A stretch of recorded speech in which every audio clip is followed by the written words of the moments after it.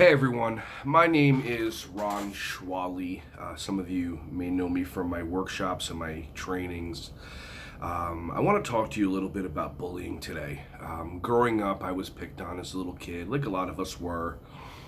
And being someone who works in schools and works in environments where there's adults and there's kids that get picked on, it's challenging. And the difference that exists now as opposed to what exists 20, 30 years ago is that when we used to get bullied, eventually every bully, every victim turns into a bully. That's just the way that we're designed. Everybody eventually snaps. And, back in the day, we were allowed to defend ourselves. We were allowed to put our hands up. We were allowed to stop somebody from hitting us, stop somebody from abusing us in school. And that's not the case anymore. Public schools started a zero tolerance policy to get weapons out of schools and guns and knives, and that 100% makes sense. But then they started using the zero tolerance policies against bullying. Growing up in New Jersey, Governor Chris Christie created these anti-bullying laws that were never discussed with parents or educators, only discussed by attorneys, and basically alleviated all the responsibility and the power of the teacher who knew the kids in the classroom to do anything, and then handed it over to administration just so they can protect themselves. And the insane part now is that, we didn't hear about school shootings. What was the first one? Columbine. We didn't hear about them 25, 30 years ago. And then we have a society that is just okay. We have parents that just believe that public schools are there to protect their kids and do what's best.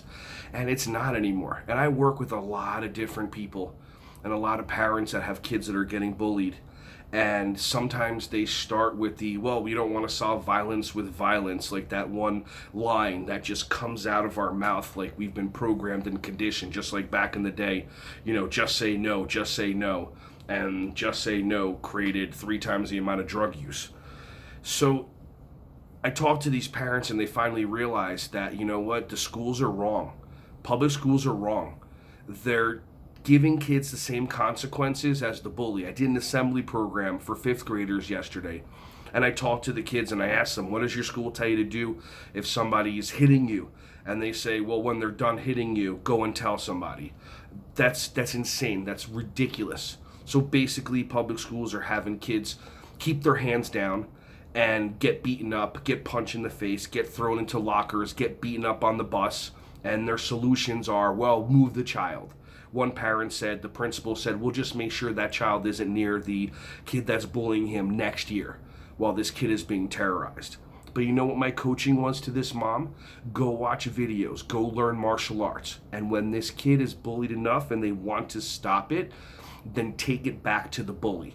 And I get that there's people that talk, you shouldn't fight back, you shouldn't solve violence with violence, whatever, this and that. Bullshit. If you're an adult and somebody attacks you, you can defend yourself, and when the police show up, they ask the witnesses what happened, and you don't get the same consequences as the other person. So what I'm hoping to do with this, and every single week I'm going to be posting, and I'm going to do live Facebook and live YouTube, is I'm going to be talking to parents who are brave enough, talking to kids who are brave enough to come on and just talk about it. And I'm going to be publicly outing principals and administrators all across the country, the ones that push this stuff down, the ones that don't want to help these kids because, there's no bullying in our school. There's no bullying. Any principal, any administrator that says there's no bullying in their school is a crock of shit liar. And I'm not dealing with this anymore. There's too many kids that are hurting themselves. Every bully, every victim turns into a bully, whether they bullycide themselves or whether they go and they try to take out the bully in others.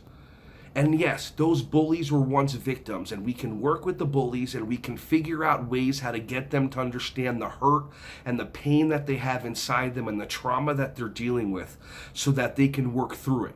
But for now, there's victims who are being programmed by public schools to keep their hands down. Bullshit. This is a fist. This is a hammer fist. You take this, if somebody's physically aggressively attacking you, You take the hammer fist and you bap them right in the nose real quick. I get there's going to be a lot of controversy, and guess what? I don't give a crap. Because my only concern is that these kids are safe, and that they get stronger, and they get sharper, and they get smarter. And when they take a stand for themselves, or take a stand for others that can't take a stand for themselves, there's not going to be negative consequences. Parents, I want you to have a conversation with your kids where they ask you 4 questions. First question is, what do you want me to do when somebody's making fun of me in school? And most parents will say, I totally understand, go tell a teacher, do this and do that, hopefully something will happen. Question number 2, I offer, have your child ask you, what do you want me to do if somebody's hitting me in school? And then you talk to them about what your expectations are for them. Because if you believe that the public schools are there to protect your kids, you're lying to yourself and you're choosing not to be responsible, and you're giving away your power to administrators that have no idea what they're doing with the kids. Question number 3, what do you want me to do if somebody's hitting me out of school?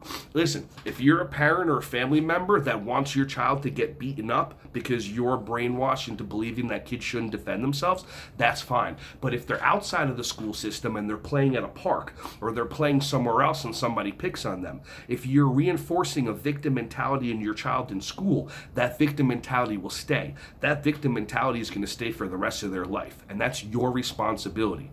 Question number 4, what do you want me to do if somebody's making fun of me on a screen? Whether it's a computer, whether it's a laptop, whether it's an iPhone, whether it's an Android, whether it's a tablet, doesn't make a difference.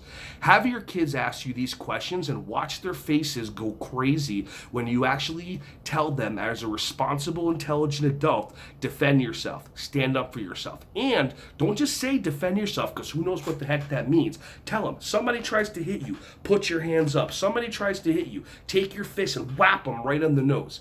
You hit the nose, the eyes tear. Doesn't matter if a person's double your size. Big deal. What's going to happen? The kid's going to get suspended. They're going to get suspended anyway.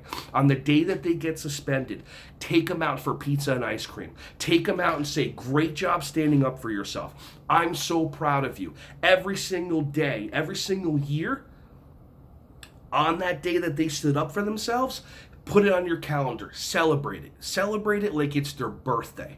I don't know why people celebrate birthdays so much. The mom did everything, right? But we celebrate it like we did something. So I implore you, if you're a parent that cares for your kids and loves your kids, if you're a child or an adult that ever got bullied and you know what it's like, you get to take the first action right now. Work with me. Help me change the entire American school system, and help me get these victims out of a victim mindset to be empowered, and help me by reaching out, letting me know what's going on in your schools, and give me the names of these administrators and give me the names of these principals, and let's get them out of there so that we can get caring, loving people that are in there to help work with the kids and keep them safe and protect them. I hope that you join me on this journey. I'll be back.